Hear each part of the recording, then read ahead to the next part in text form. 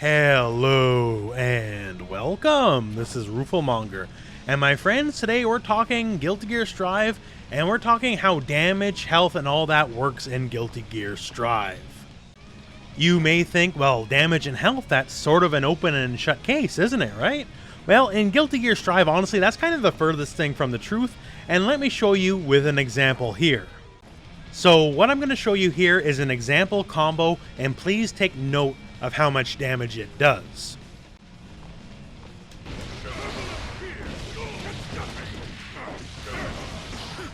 Alright, so that did 153 damage. And remember that number, because that number is going to change, even though it's going to be the exact same combo. So now we have Nagoriyuki. Let's see what this number is going to be this time.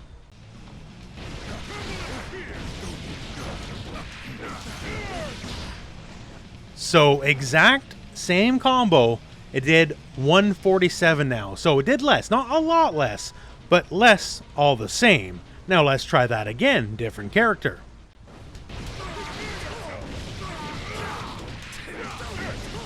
Okay, so now this time it did 187. That is way more damage, right? So we have three different characters and we have three different amounts of damage done, even though it's been the exact same combo every single time. So what does this all mean? So the answer to that is this. Lots of people think, oh, Chip has less health. Potemkin has more health. It's not quite that way, actually. Everyone in the game has the same amount of health, which is specifically they have 420 health. But everyone has different defensive modifiers, and that's the real tricky thing. So it's not that Chip has less health. It's specifically that he just takes more damage. His health value is the same, but he has a defensive modifier that makes him take more damage. And every single character in the game has their own multiplier for damage. So we have a lot to talk about when it comes to defensive modifiers and health and all that kind of stuff. And also we have a whole other layer to talk about besides that, called guts. But we'll get to that in a minute here, and let's just go through all the characters and show you what their defensive values are.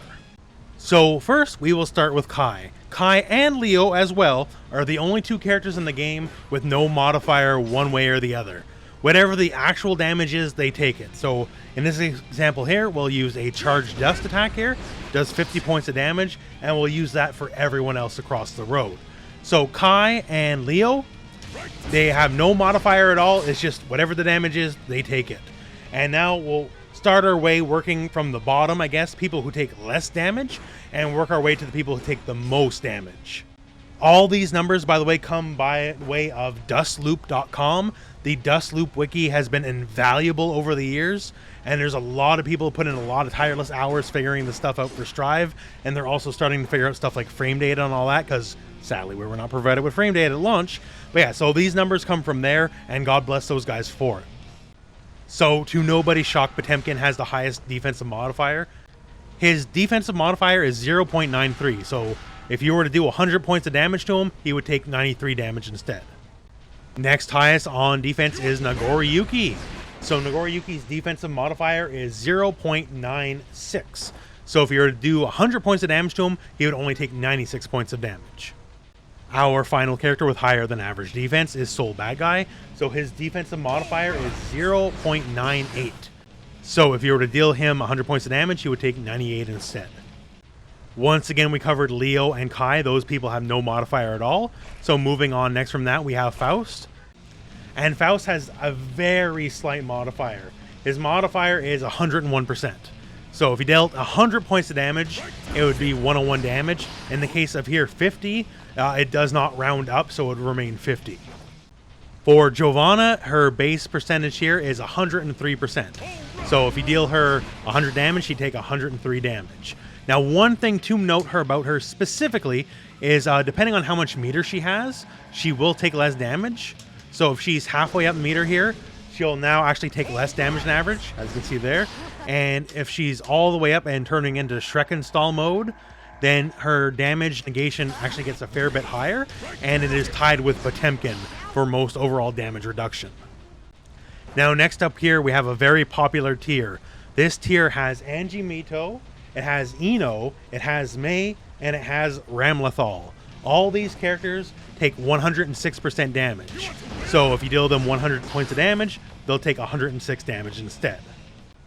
Axel Low and Zato 1 both have 107% damage modifier. So if you deal them 100 points of damage, they take 107 instead.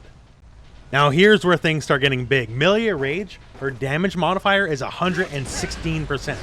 So if you dealt her 100 points of damage, it'd be 116. And now for the grand finale. Chip is enough. We all know Chip takes a lot of damage, right? His modifier is an astounding 126%. So remember, this base move we're doing here normally did 50 damage. That's 63 against him. So if you dealt him 100 points of damage, it would be 126 damage instead. That is the price you pay for all those speed and all those options. Now let's get complicated here, because we got a whole nother layer to work with. So we have Eno here. Eno is in that tier, takes 106% damage. So we have our charged dust attack here, we all know does 50, and now does 33. Okay, so why is that? So the lower your health is in this game, we have what we call the gut system. The lower your health is, the less damage you take, and exponentially so, the lower and lower your health gets. So right now the enemy is at 20% health. If we were to change it here, and let's say put him at 40% health. All right, there we go, right? So 33, what does that become now? Becomes 43. And if we were to up it to 50% here, it would become 46. And if we were to up it again, say to 60%, and it's going to keep going, now it becomes 48. And if we're up it to 70%, then it becomes 50. So basically every 10% less health you have, starting at 70% health, you take less and less damage. If we were to go all the way down to 10%, 10% is the final guts tier, then all of a sudden it does 28, right? So 70, 60, 50, 40, 30, 20, 10. Every tier percentage downwards, you take less and less and less damage. And that's how it works for all characters in the game. So if you have a strong defensive modifier like a Potemkin, that scales exponentially. But there's another layer on top of that, because not everyone's guts value is the same. So once again here, we have Eno at 10% health, does 28 damage. Let's switch over to Chip. So Chip has the massive damage penalty. He takes way more than everyone else, right? So at the same value here of life, how much damage is he going to take? 27. Shouldn't it be way higher than that? He takes way more damage than someone in Eno's class does. Well, the thing is, Chip's guts value is actually the second highest in the game. So the beginning of his health is the easiest thing in the world to melt, but as he gets hit more and more and more, it's actually somewhat harder to damage him. And every character in this game has a guts value. It is weighted from 0 to 5. The higher your guts value, the exponentially less damage you take when your health gets lower and lower. So basically, when your health gets low, we have math to work out. So not only do we have your character's inherent damage modifier, how much or how little damage they take on every single hit, we also have their guts modifier on top of that, which also factors in every single tier they go down in health. So here we are at character select. And I figure it's just easier this way just to tell you every character's guts defensive modifier from here. Faust and Zato 1 are the only two characters in the game that do not have a guts modifier. They just go by their base defensive modifier, and that is it. They don't get any particular benefit for damage reduction going down and down and down. Giovanna, Eno, Ramlethal, and Axel Low all have a guts value of 1. So they get the least amount of benefit from this. They get some, but they get the least amount of benefit overall from this. Soul, Kai, and Milia Rage all have a guts value of 2. So once again, every number that is higher is better than the people in the previous tier. Leo, Whitefang, and Potemkin have a guts value of 3. Chip Zenuf, Mei, and Nagoriyuki all have a guts value of 4.